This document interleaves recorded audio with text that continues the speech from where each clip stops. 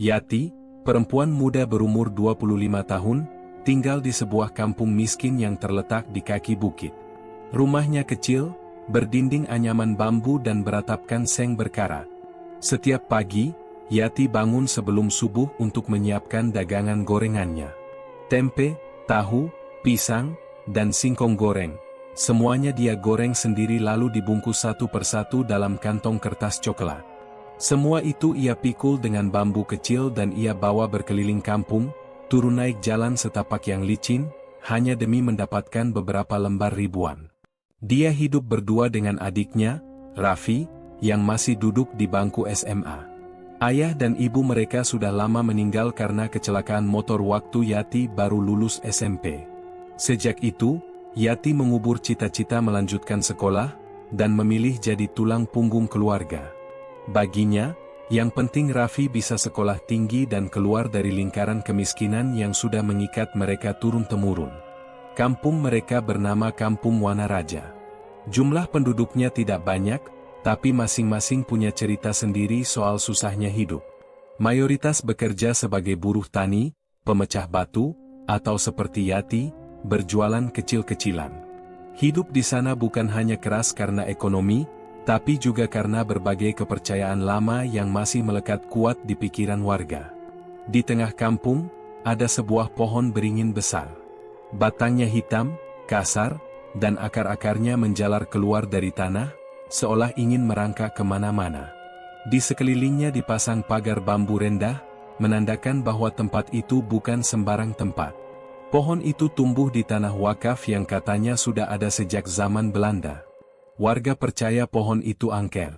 Tidak ada yang berani menyentuhnya, apalagi menebangnya. Menurut cerita yang beredar, pohon itu punya penunggu. Sosok hitam besar dengan mata merah menyala, yang hanya muncul di malam-malam tertentu. Dulu pernah ada orang iseng menggantungkan baju di cabang pohonnya. Keesokan harinya, orang itu ditemukan pingsan dengan badan penuh luka cakaran. Sejak itu, warga semakin yakin kalau pohon itu bukan pohon biasa. Yati sendiri awalnya tidak terlalu percaya.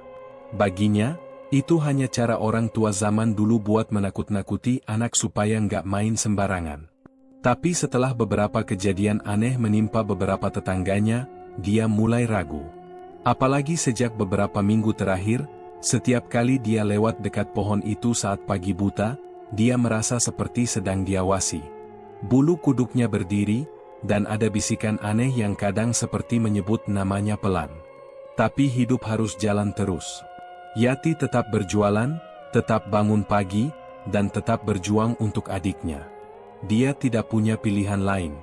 Karena kalau bukan dia, siapa lagi? Dia selalu bilang ke dirinya sendiri, aku harus kuat. Demi Raffi. Namun, satu hal yang dia belum tahu. Semua rasa lelah dan perjuangannya itu akan segera berubah menjadi sesuatu yang jauh lebih gelap. Sesuatu yang akan menyeretnya ke dalam dunia yang tidak pernah dia bayangkan sebelumnya. Dan semuanya akan berawal dari pohon beringin tua itu. Dan hari itu, saat dia lewat lagi di depan pohon itu dengan pikulan gorengan di pundaknya, langkah Yati terhenti. Di bawah pohon, ada sesuatu yang tidak biasa. Sebuah boneka jerami kecil, berdiri tegak menatap ke arahnya, dengan senyum yang entah kenapa membuat jantungnya berdetak lebih cepat. Dia tidak tahu, itu adalah awal dari semuanya. 3 hari setelah Yati melihat boneka jerami di bawah pohon beringin, rasa nggak enak makin sering menghantui. Bukan cuma soal boneka itu, tapi juga suasana kampung yang terasa makin sepi dan aneh. Biasanya pagi-pagi banyak suara ibu-ibu menyapu halaman, ayam berkokok, atau anak kecil nangis rebutan mainan. Tapi akhir-akhir ini, kampung Wanaraja seperti kehilangan nyawanya. Yati mulai menyadari hal itu saat dia lewat depan rumah Bu Inem, tetangganya yang biasanya cerewet luar biasa. Setiap Yati lewat, pasti disapa sambil dikomentari gorengannya. Tapi pagi itu, rumah Bu Inem sepi. Jendela tertutup rapat, tirainya digantung sembarangan, dan tak ada suara sama sekali dari dalam. Awalnya Yati pikir Bu Inem pergi. Tapi setelah ditanya ke warung, nggak ada yang tahu kemana perginya. Bu Inem katanya sakit, kata Murni, pemilik warung. Tapi aneh, udah 2 hari nggak kelihatan sama sekali. Yati mengangguk pelan. Murni juga kelihatan resah. Ia menunduk sambil mengaduk kopi, lalu menambahkan pelan, katanya semalam ada yang dengar suara orang menangis dari arah rumahnya. Tapi waktu dicek, nggak ada siapa-siapa. Itu bukan satu-satunya hal aneh. Hari berikutnya, Yati melihat kucing hitam duduk diam di atas pagar rumahnya. Matanya merah menyala, seperti menyala beneran, bukan hanya pantulan cahaya. Saat didekati, kucing itu nggak lari. Malah menatap Yati lama, sebelum akhirnya melompat turun dan menghilang di balik semak. Yati juga mulai mengalami mimpi aneh. Dalam mimpinya, dia selalu berada di bawah pohon beringin itu. Suasananya gelap, langitnya merah darah, dan dari balik akar pohon, muncul tangan-tangan kurus panjang yang mencoba meraih kakinya. Dia terbangun dengan keringat dingin dan jantung berdetak kencang. Mimpi itu berulang sampai 3 malam berturut-turut. Setiap kali lewat di dekat pohon beringin, Yati merasa seperti sedang diawasi. Tapi kali ini lebih kuat dari sebelumnya. Udara di sekitar pohon terasa lebih dingin dibanding tempat lain, padahal matahari sedang terik. Boneka jerami itu masih ada di sana. Kali ini posisinya berubah. Kalau dulu menghadap jalan, sekarang menghadap ke arah rumah Yati. Dia mencoba meyakinkan diri bahwa itu cuma angin atau anak-anak iseng. Tapi logikanya tidak cukup kuat untuk menenangkan hatinya. Raffi, adiknya, juga mulai bersikap aneh. Anak itu jadi pendiam. Pulang sekolah langsung masuk kamar dan jarang mau cerita apa-apa. Waktu Yati tanya, dia cuma bilang capek. Tapi Yati tahu, ada yang gak beres. Suatu malam, Yati bangun untuk ke dapur, dan melihat Raffi berdiri di depan jendela, menatap ke arah pohon beringin. Matanya kosong, dan dia seperti nggak sadar kalau sedang diperhatikan. "Raff, kamu ngapain?" tanya Yati, suaranya pelan. Raffi menoleh perlahan, lalu tersenyum tipis. "Lagi dengerin suara dari pohon itu. Katanya, pohonnya mau ngomong sama aku." Yati langsung merinding. Dia tarik Raffi masuk kamar dan berusaha menenangkannya. Tapi sejak malam itu, Yati nggak bisa tidur nyenyak. Ada perasaan gelisah yang terus menghantui, seolah-olah sesuatu sedang mengincarnya. Sesuatu yang tak terlihat, tapi makin hari makin dekat. Dia mencoba cerita ke tetangga-tetangga. Tapi semua orang tampak enggan bicara tentang pohon itu. Seakan-akan kalau menyebut namanya, maka malapetaka akan datang. Beberapa hanya menyarankan Yati banyak-banyak baca doa dan tidak keluar malam-malam. Tapi tak satu pun yang berani mendekati pohon beringin. Hari demi hari, suasana kampung makin aneh. Dan Yati mulai sadar, ada sesuatu yang salah. Sesuatu yang sudah terlanjur terbangun dari tidurnya. Dan sepertinya, semuanya bermula dari boneka jerami kecil itu. Pagi itu, Yati pulang lebih cepat dari biasanya. Dagangannya nggak habis, padahal baru keliling setengah kampung.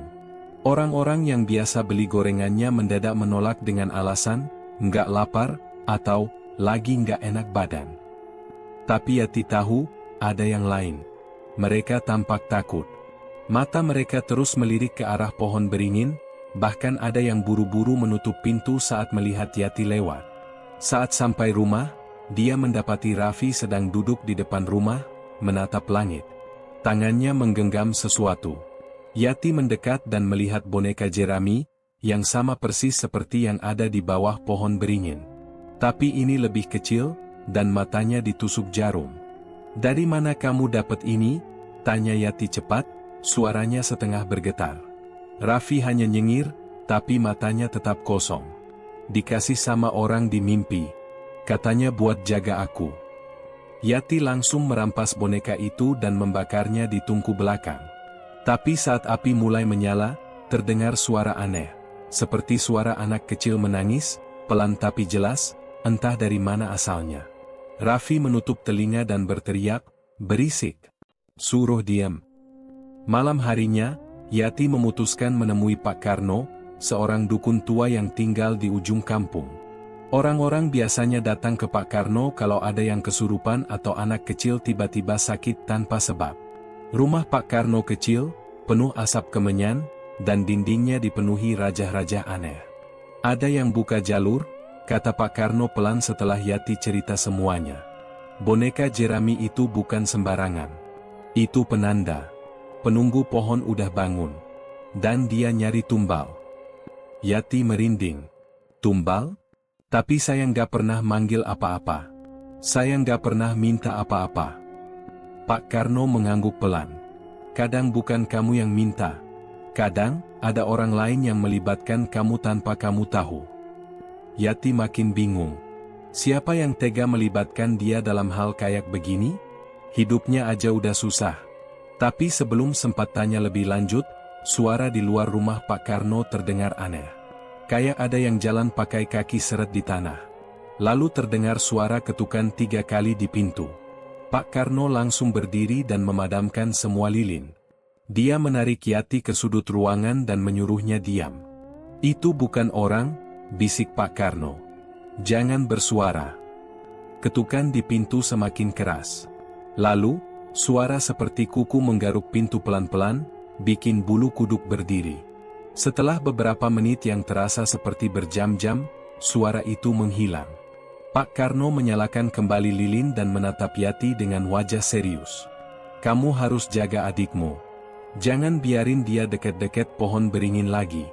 Dan kalau bisa, cari tahu siapa yang udah main pesugihan pakai namamu. Yati pulang dengan kepala penuh pertanyaan.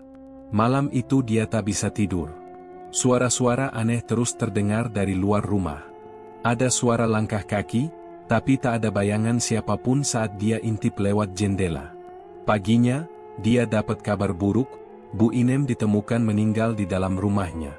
Mulutnya menghitam dan matanya membelalak ke arah langit-langit. Di tangannya, tergenggam boneka jerami, persis seperti yang pernah dipegang Raffi. Saat warga mulai berkumpul, seorang ibu tua mendekati Yati dan berbisik, "Kamu harus hati-hati, Ti. Kata orang, pohon itu udah milih. Dan yang dipilih nggak bisa lari." Kalimat itu terus terngiang-ngiang di kepala Yati sepanjang hari.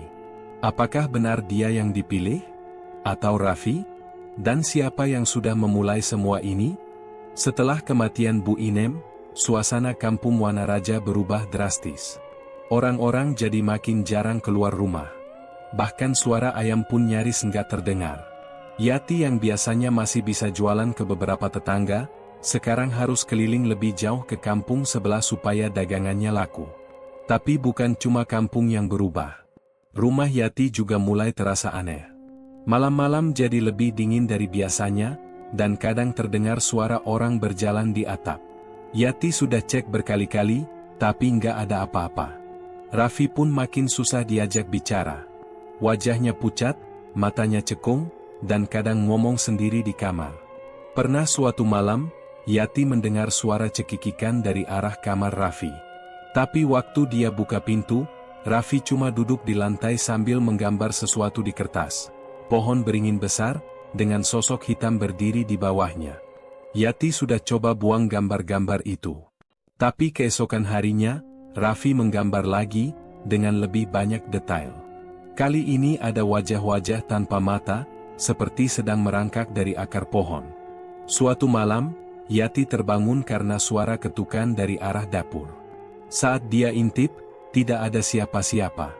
Tapi di lantai dapur, ada jejak kaki, kecil, basah, dan menuju ke kamar Raffi. Dengan jantung berdebar, Yati masuk ke kamar adiknya dan mendapati Raffi tidur pulas.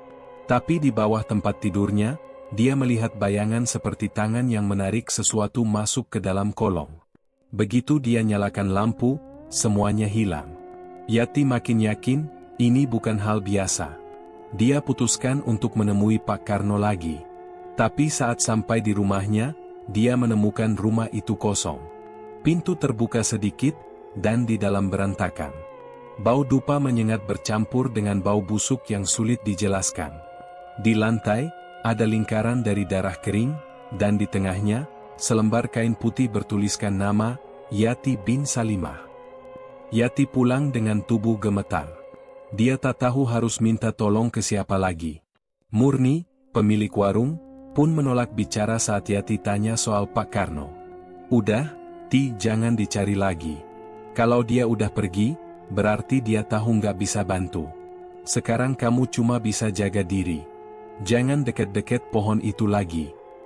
Tapi peringatan itu datang terlambat. Malamnya, listrik di rumah Yati padam mendadak. Suara jangkrik pun berhenti. Sunyi total. Yati yang sedang menyapu lantai mendengar suara seseorang memanggil namanya dari luar rumah. Suaranya lirih, seperti bisikan, tapi terdengar jelas. Yati keluar. Yati.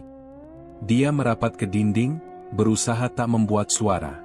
Tapi langkah kaki mendekat ke pintu. Lalu terdengar ketukan 3 kali. Pelan, tapi berat. Seperti diketuk oleh tangan yang sangat besar.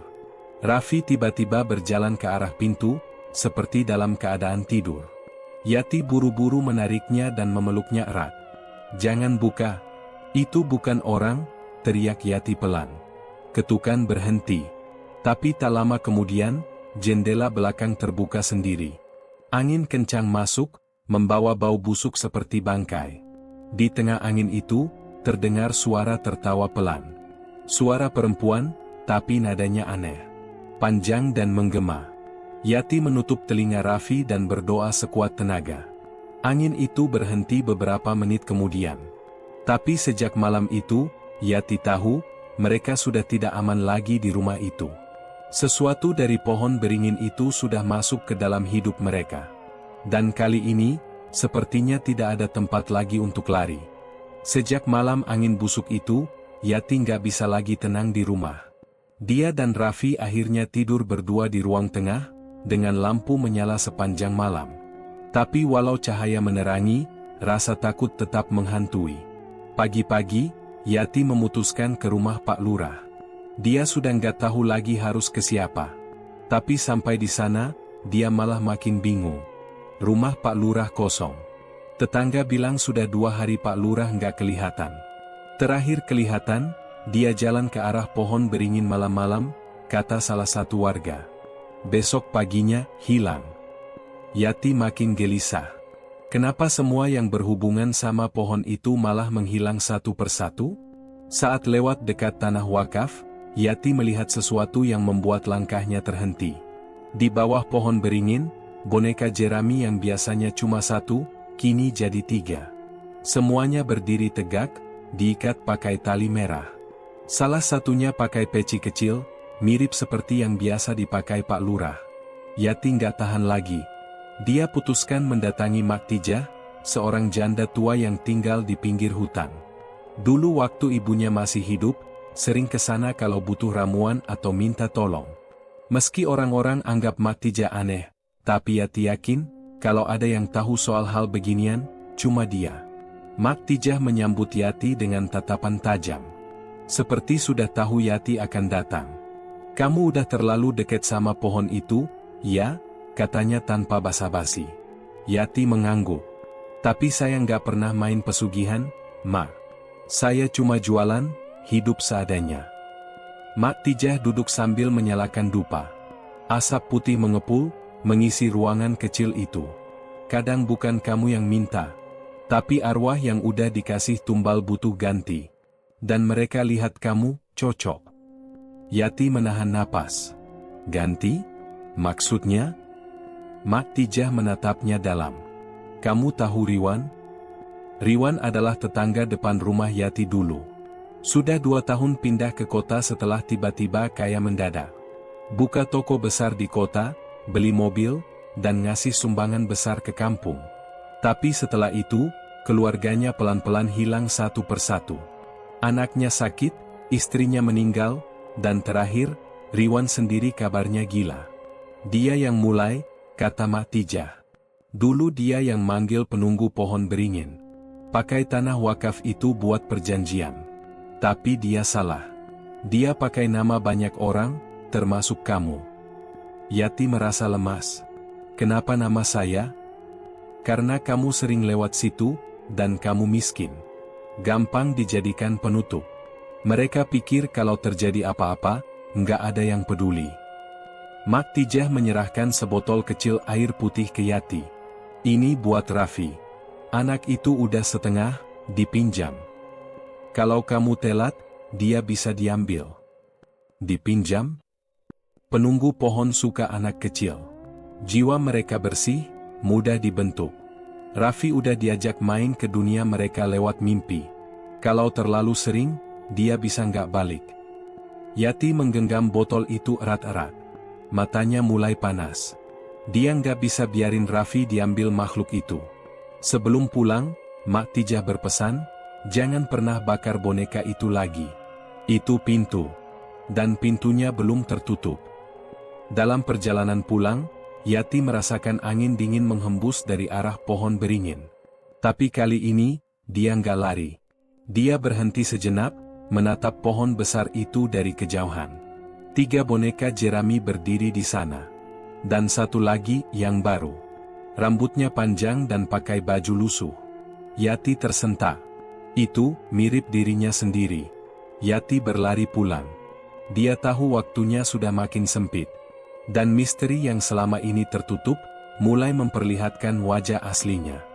Malam itu, Yati duduk di samping Raffi yang tertidur pulas.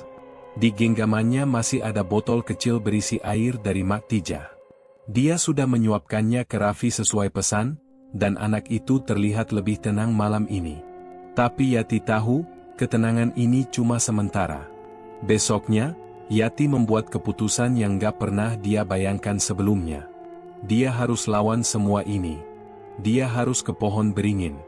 Pagi-pagi, dia pergi ke pasar, beli bunga 7 rupa, kapur sirih, garam, dan kain putih. Dia nggak tahu pasti harus apa, tapi dia ingat ibunya dulu pernah bilang, kalau kamu nggak ngerti harus ngusir makhluk, hormati dulu tempatnya. Siang menjelang sore, Yati berdiri sendirian di depan tanah wakaf. Langkahnya berat. Jantungnya berdetak kencang. Tapi dia nggak bisa mundur. Pohon beringin itu tampak lebih besar dari biasanya. Daunnya bergerak-gerak padahal angin nyaris nggak ada. 3 boneka jerami masih berdiri di sana. Dan yang keempat, yang menyerupai dirinya, sudah tak ada. Yati mulai meletakkan bunga dan garam membentuk lingkaran kecil. Di tengahnya, dia duduk bersila, membuka kain putih di atas pangkuannya. Aku nggak pernah manggil kalian. Aku nggak pernah minta apa-apa. Kalau nama aku dipakai, itu bukan aku. Jangan ambil adikku. Angin langsung berhembus kencang. Ranting pohon bergoyang keras. Daun-daun berguguran. Suara tawa kecil terdengar, lalu berubah jadi isakan tangis. Yati tetap duduk diam, tangannya gemetar. Tiba-tiba, tanah di sekeliling lingkaran bunga mulai retak. Akar pohon mencuat, menjalar ke arah Yati, tapi terhenti di garis garam. Sesuatu mencoba masuk, tapi tertahan. Sosok hitam muncul di antara akar-akar itu. Wujudnya samar, seperti bayangan, tapi wajahnya bisa terlihat.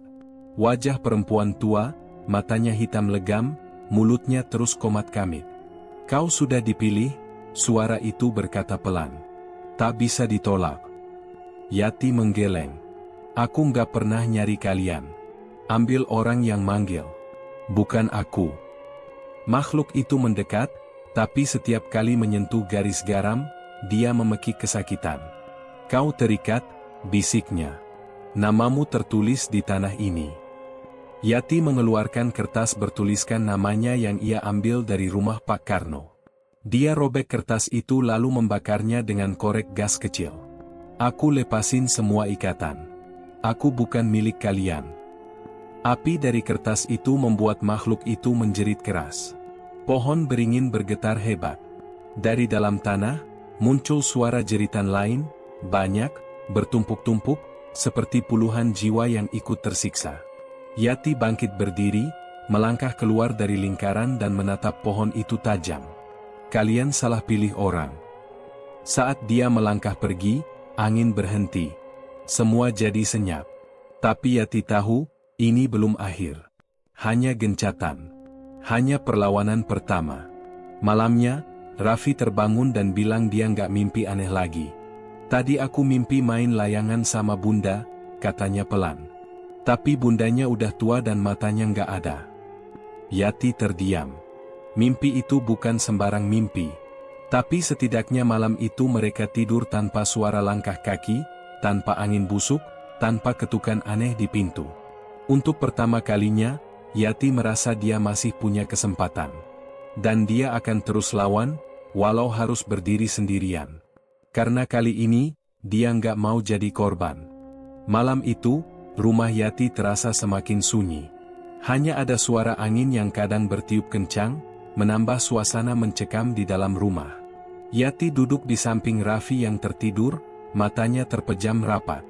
Namun, meski Raffi tampak tenang, Yati tahu sesuatu tidak beres.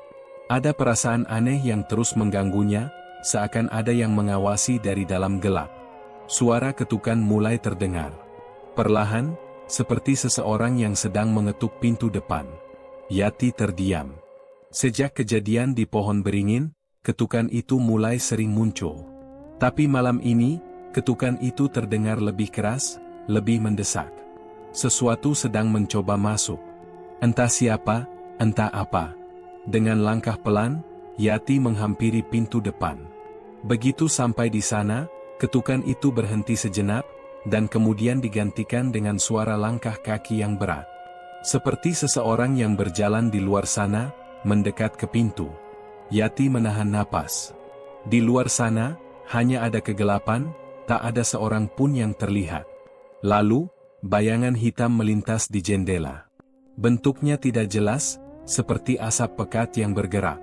Suara tawa yang keras terdengar, memecah kesunyian. Tawa itu bukan manusia. Bukan tawa yang biasa didengar. Itu tawa yang mengerikan, seram, dan sangat asing. Tawa itu menggema di seluruh rumah, dan Yati merasakan keringat dingin menetes di dahinya. Yati, suara itu menggema di seluruh ruangan. Suara itu datang dari segala arah, membuatnya bingung dan ketakutan. Kamu sudah lama lari, tapi tak bisa menghindar. Kamu sudah terikat. Suara itu seperti berasal dari makhluk yang tak terlihat, namun ada kekuatan yang besar di baliknya. Jantung Yati berdetak kencang. Raffi yang sedang tidur di sampingnya, tiba-tiba bergerak gelisah. Mata adiknya terbuka, tapi dia tidak sepenuhnya sadar. Seperti ada yang menguasai dirinya.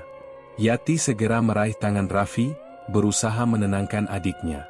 Tapi Raffi tiba-tiba terangkat dari kasur, tubuhnya mengambang beberapa inci dari tempat tidur.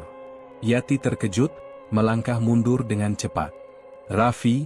teriak Yati. Dia mencoba menggenggam tangan adiknya, tapi kekuatan yang tak terlihat menarik tubuh Raffi ke arah jendela. Tanpa bisa ditahan, Raffi melayang ke udara dan terlempar ke arah kaca jendela. Yati berlari mengejar, tapi tubuhnya terasa terhalang oleh kekuatan yang menghalangi setiap langkah. Pada saat yang sama, dari jendela itu muncul sesosok bayangan besar. Wujudnya gelap, tak jelas bentuknya, hanya ada mata merah menyala yang menatap tajam ke arah Yati. Tangan panjang dan hitam, seperti akar pohon, menggapai tubuh Raffi yang terangkat. "Jangan ganggu adikku," teriak Yati, berusaha memanggil Raffi, tapi setiap kata yang keluar dari mulutnya terasa sia-sia. Makhluk itu hanya tertawa, tawa yang semakin keras, semakin menakutkan. Sosok itu melepaskan genggaman dari tubuh Raffi dan melemparkannya ke lantai dengan keras. Yati berlari, berusaha meraih tubuh Raffi, yang tergeletak lemas di lantai, matanya tertutup rapat. Yati memeriksa adiknya. Raffi tak terluka, tapi wajahnya pucat pasi, matanya terpejam dalam keadaan yang tak wajar.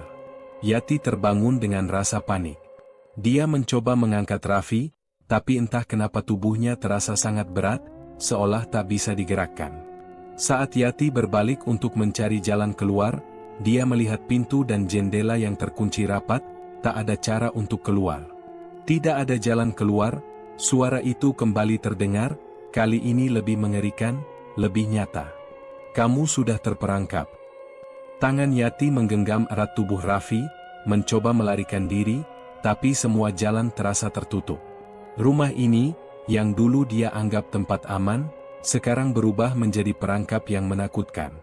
Segalanya terasa tidak nyata, seolah dia terjebak di antara dunia yang tak bisa dijelaskan. Makhluk itu mendekat, matanya yang merah menyala terus mengawasi. Tangan panjangnya bergerak, siap menyambar. Yati merasakan tubuhnya seolah tertarik ke dalam kegelapan. Raffi yang terbaring lemah di sisinya hanya bisa diam, matanya terpejam rapat.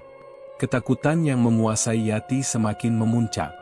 Waktu yang terus berjalan, semakin menekan dirinya. Semua terasa semakin gelap, dan semakin tak bisa dia hindari. Hanya ada satu hal yang bisa Yati lakukan, melawan. Tapi dengan cara apa? Saat itulah suara tawa itu menggelegar lagi. Itu bukan hanya suara satu makhluk. Itu suara ribuan, seolah seluruh kegelapan di dunia ini bergabung dan menertawakan ketakutannya. Dalam keputusasaan, Yati menyadari satu hal, dia harus menghadapi makhluk itu, tak peduli dengan harga yang harus dia bayar. Tapi saat dia berusaha berdiri dan menantang makhluk itu, tiba-tiba bayangan itu menghilang. Semua yang ada di sekelilingnya tampak terdistorsi, dan Yati merasakan bahwa pertempuran ini belum berakhir. Yati berdiri di tengah ruangan, tubuhnya gemetar tapi matanya penuh tekad. Raffi terbaring lemah di lantai, tubuhnya terlihat tak bergerak. Wajahnya pucat pasi, mata tertutup rapat, seolah tertidur dalam dunia yang berbeda. Angin dingin berhembus kencang melalui celah-celah jendela yang tertutup rapat. Namun, di dalam rumah, suasana terasa semakin mencekam. Pohon beringin itu, yang kini ada di dalam pikirannya, seolah mengawasi. Yati bisa merasakan kehadirannya di setiap sudut rumah, seperti makhluk itu tahu persis apa yang sedang dia pikirkan. Tidak ada jalan keluar. Tidak ada yang bisa menyelamatkan mereka, kecuali dia sendiri. Yati menghela napas panjang. Dengan suara yang terbata, dia mulai berbicara kepada dirinya sendiri, mencoba menenangkan hatinya yang berdebar kencang. Aku harus bisa, aku harus selamatkan Raffi. Kalau bukan aku, siapa lagi? Dia menatap tubuh adiknya, yang tergeletak tanpa daya. Raffi, yang semula ceria dan penuh semangat, kini hanya tersisa bayangannya saja. Raffi sudah berubah. Sesuatu telah menguasainya, dan Yati tahu, satu-satunya cara untuk mengembalikan adiknya adalah dengan melawan. Tapi bagaimana? Angin kembali berhembus, kali ini lebih keras. Seperti suara bisikan yang datang dari sudut-sudut gelap. Yati menoleh, mencoba mencari sumber suara itu, tapi hanya ada kegelapan yang menyelimuti. Tawa itu, yang terdengar begitu keras dan mengerikan, kembali menggema di seluruh rumah.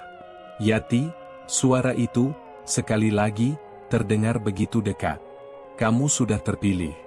Kamu tidak bisa melawan kami. Yati menatap ke arah jendela, dan di sanalah makhluk itu muncul. Wujudnya semakin jelas, semakin nyata. Itu bukan lagi bayangan samar. Makhluk itu berdiri tegak di luar rumah, matanya merah menyala, dan tubuhnya besar, gelap, seperti bayangan yang tak bisa dilawan. Tangan panjangnya terulur ke dalam, mencoba menarik tubuh Yati keluar rumah. Dengan langkah tegap, Yati maju ke depan.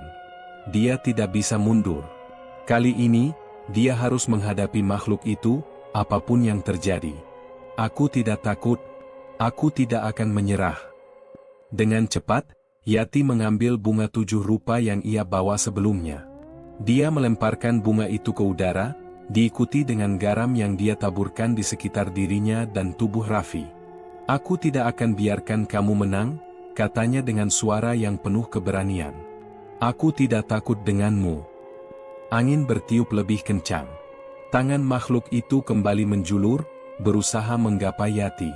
Namun, setiap kali sentuhannya mengenai garis garam, ia mengeluarkan jeritan, suara yang terdengar lebih menyakitkan daripada sebelumnya. Makhluk itu terlihat kesakitan, seakan ada sesuatu yang menghalangi jalannya. Yati memejamkan mata, mencoba fokus pada bunga yang tergeletak di tanah. Setiap kelopak bunga itu tampak seperti simbol kekuatan yang lebih besar. Tiba-tiba, suara tawa itu terhenti. Keheningan menyelimuti ruangan. Yati merasa ada sesuatu yang berubah, ada pergeseran energi yang besar. Kenapa kamu tidak takut? Suara makhluk itu berubah menjadi lebih dalam, lebih serius. Kami adalah yang lebih kuat. Kamu tidak bisa menang. Namun, Yati tidak mundur. Dia membuka mata dan menatap makhluk itu dengan penuh tekad. Aku tidak peduli seberapa kuat kalian. Aku akan melawan sampai akhir. Aku tidak akan biarkan Raffi jadi korban kalian. Makhluk itu mulai mendekat, langkah demi langkah. Setiap langkahnya membuat lantai bergetar. Namun, Yati tidak bergerak. Dia tetap berdiri, tak gentar. Tiba-tiba, suara jeritan keras terdengar dari dalam tubuh Raffi.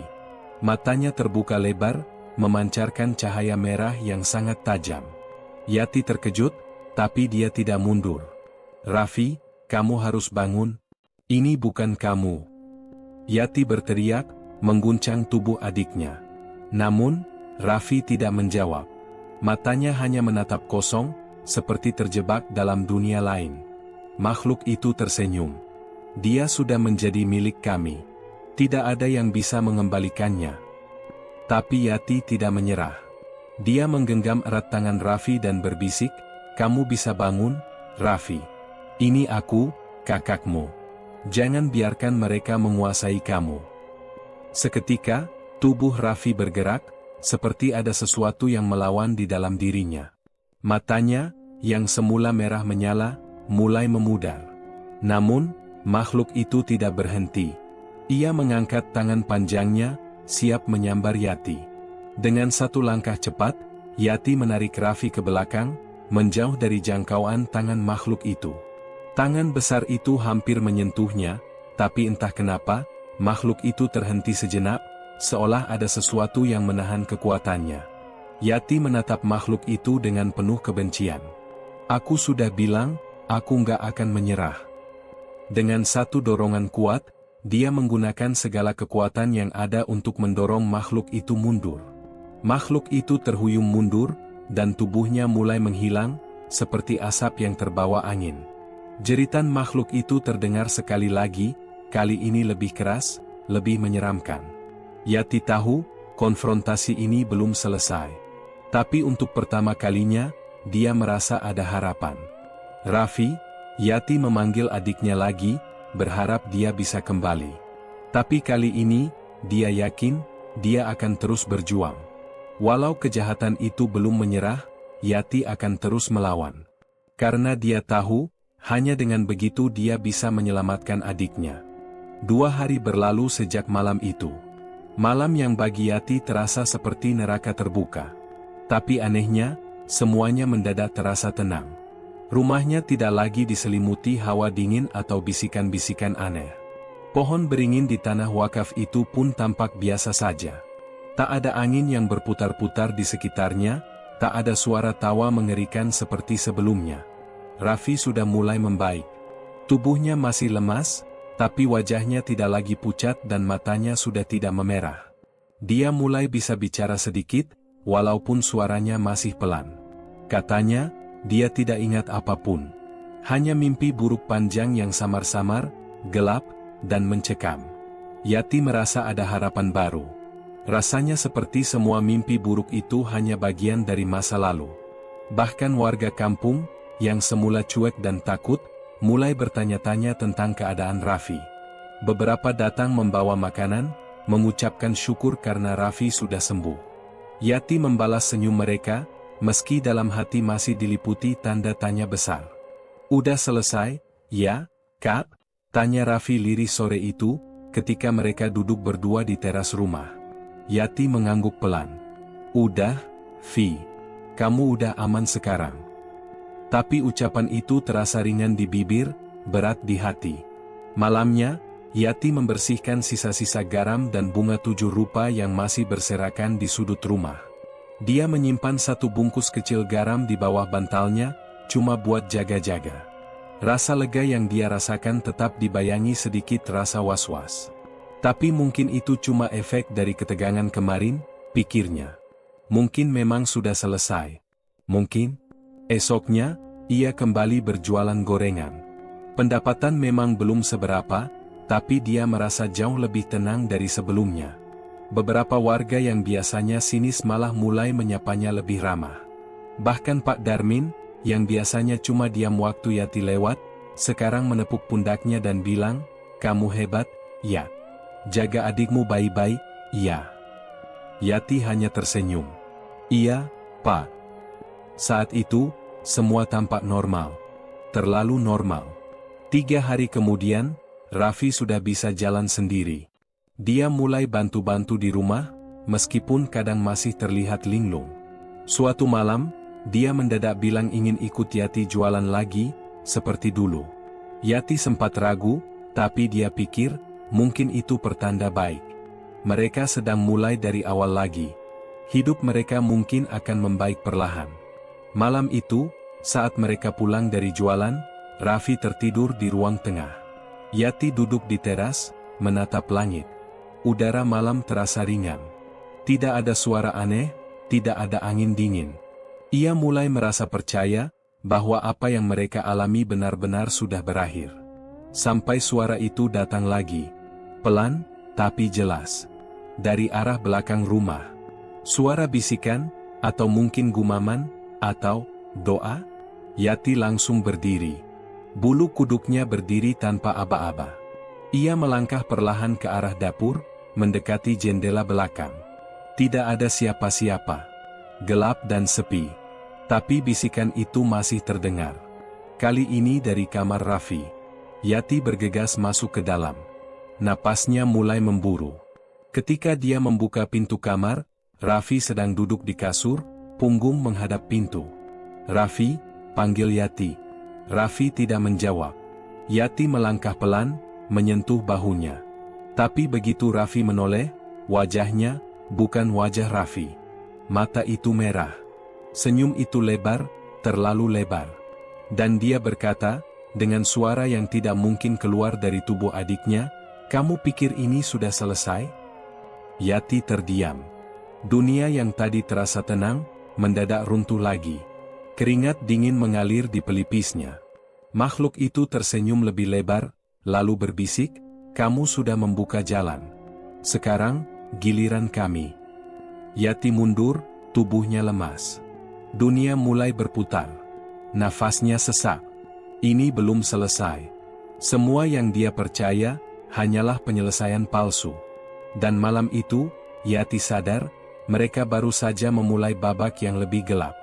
Yati berdiri kaku di ambang pintu, menatap Raffi, yang menoleh dengan mata merah menyala dan senyum menyeringai lebar. Hatinya mencelos. Kakinya gemetar, tapi ia tahu satu hal, apapun yang ada di depannya ini bukan lagi adiknya.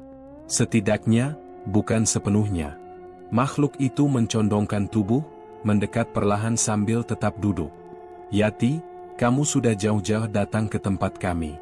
Kamu yang minta bantuan. Kamu yang buka jalan. Sekarang kamu mundur?" Yati mundur selangkah. "Aku nggak pernah minta bantuan kalian." Makhluk itu tertawa. "Kamu lupa? Malam itu, waktu kamu nangis di depan beringin, kamu bilang, 'Tuhan, siapapun yang bisa bantu saya terima. Asal adik saya jangan mati.'" Yati tercekat. Ia ingat. Malam saat Raffi hampir tidak bernyawa. Ia memang bicara seperti itu, tapi ia pikir, itu cuma keluhan, curhat di tengah putus asa. Ia tak tahu, ternyata ada yang dengar. "Permintaanmu udah dikabulkan. Kami cuma menagih bayarannya." "Bayaran?" Yati menelan ludah. "Aku nggak pernah janji apa-apa." Makhluk itu berdiri. Wujudnya berubah makin tinggi, tubuhnya membesar seperti bayangan raksasa yang melahap ruangan. Suara denting kentongan terdengar entah dari mana, seperti memanggil sesuatu dari alam lain. "Raffi adalah bayarannya. Tapi kamu bisa tukar," katanya pelan. "Tukar? Kalau kamu mau, kamu yang gantikan tempatnya. Biarkan dia hidup normal, kamu yang tinggal di sini, jadi pintu kami." Yati menatap adiknya, yang sekarang tubuhnya lemas di belakang makhluk itu. Wajahnya seperti tidur, polos, tak berdosa. Yati menahan napas. Jiwanya berperang. Kalau ia mengiyakan, Raffi bisa hidup. Tapi itu berarti dia menyerahkan dirinya untuk disiksa makhluk-makhluk ini. Selamanya. Cepat. Pilihannya cuma 2. Yati menghela napas. Ia melangkah maju, tepat di depan makhluk itu. Ambil aku, katanya pelan. Lepaskan Raffi. Makhluk itu tersenyum puas. Bagus. Tiba-tiba, makhluk itu mengangkat tangan tinggi-tinggi, bersiap menjatuhkan sesuatu ke kepala Yati. Tapi detik berikutnya, gelap. Yati tak sadar. Yati terbangun di ranjang rumah sakit. Cahaya putih menembus tirai jendela. Di sebelahnya, ada seorang suster sedang memeriksa alat infus. Raffi, gumamnya pelan. Adik kamu baik-baik aja, jawab suster itu. Sudah pulih sepenuhnya. Dia di ruang sebelah, nungguin kamu dari tadi. Yati bingung. Semuanya terasa nyata. Tapi, kenapa dia ada di rumah sakit?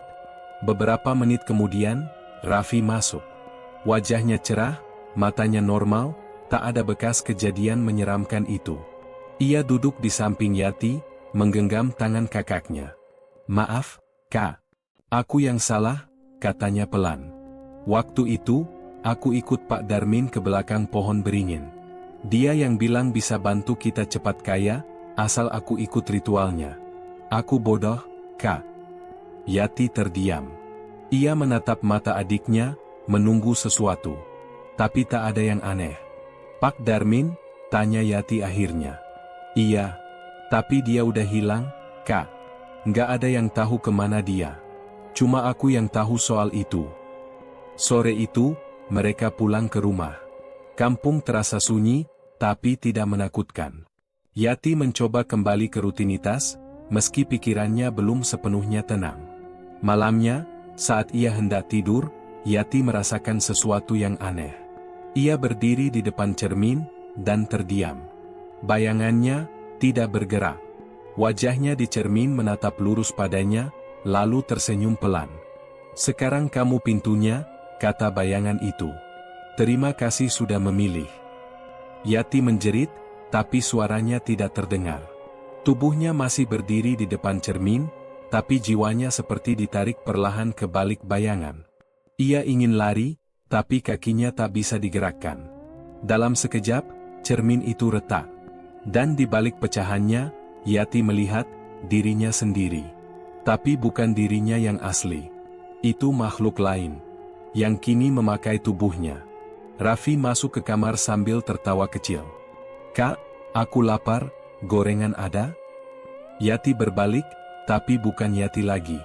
Wajah itu tampak biasa, tapi senyumnya menyimpan sesuatu. Tenang, Vi. Kakak bakal jaga kamu. Selamanya. Dan di luar, pohon beringin di tanah wakaf kembali bergetar pelan, seolah menunggu tumbal berikutnya. Tamat.